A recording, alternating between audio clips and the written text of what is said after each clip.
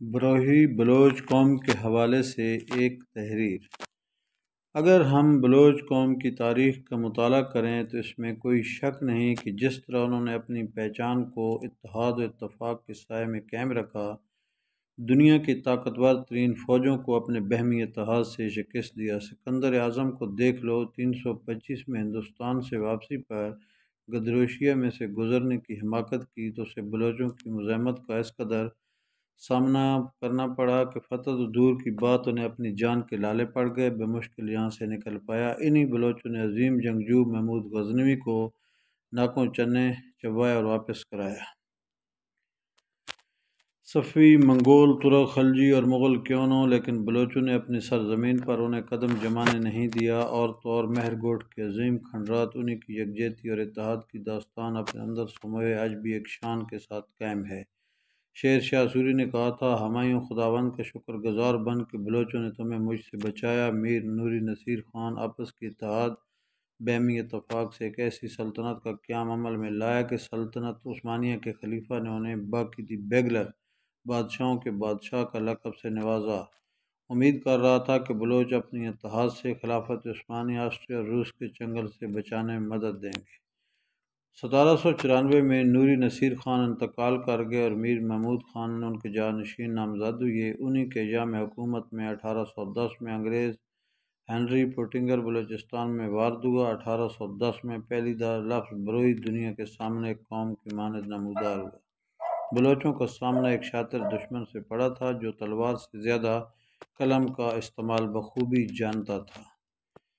یہاں ایک ہی قوم کی دو بولیاں بولی جاتی ہیں، کیا ایک خوب کمزوری ہاتھ لگا۔ بلوچ تاریخ پر پہلی دفعہ کسی انگریز مصنف نے سینٹ اینڈ بلوچستان کے نام پر کتاب لکھی۔ اس میں لکھا، بروئی ایک الگ قوم ہے۔ شکاری نے ایسی ترکیب چلا کہ شکار خود جال میں پھنسنے آ گیا۔ اس کے بعد محض 10 سالوں کے اندر بلوچ ایسے بکھر گئے کہ انہیں واپس ملانا ایک خواب جیسے لگنے لگا۔ میر محمود خان کو روتے ہوئے سنا گیا، بابا میں پھوٹ کو روک نہ سکا، میں اتحاد کو قائم نہ رکھ سکا۔ بلوچوں کی تاریخ اکثر انگریز مصنفین نے گزیٹر اور رسالوں کی مدد تحریر کیے تھے۔ تاریخ صرف مفروضات اور ان کی ذاتی رائے پر منحصر ہوتی ہے۔ یہ بلوچوں میں نااتفاقی اور بے اتحادی کا باعث بنے۔ جب بلوچ مورخین نے شروع میں تاریخ نویسی کا آغاز کیا تو وہ بھی انہی انگریز مورخین کے کتب سے ریسرچ کرتے تھے، جو اور بھی قوم میں تباہی کا باعث بنا۔ پہلی دفعہ ایک انگریز آرکیالوجسٹ اور ریسرچر میجر ای موکلر نے مکمل طور پر دلائل اور تحقیق کرنے کے بعد ایک کتاب دی آنر آف بلوچ کے نام پر چھپوائی۔ کہا کہ بروئی بلوچوں کی ایک بولی ہے جبکہ قوم صرف ایک ہی بلوچ ہے۔ اس نے مزید کہا، بروئی بلوچوں کی جنگ بولی ہے جو وہ صرف جنگ کے دوران استعمال کرتے تھے، اور اس میں کوئی شک نہیں کہ یہ دنیا کی واحد قوم ہے جو جنگ کے لیے بھی الگ زبان رکھتی ہے۔ دوسری جگہ وہ رقم تراز ہے۔ ہمارے برٹش مصنفین کا بروئی کو الگ قوم لکھنا اس خطے میں ان کی کم علمی کا ثبوت ہے۔ موکلر کی اس کتاب پر برٹش حکومت نے بلوچستان میں پابندی عائد کر دی اور انہیں یہاں سے واپس ہندوستان ٹرانسفر کروایا گیا۔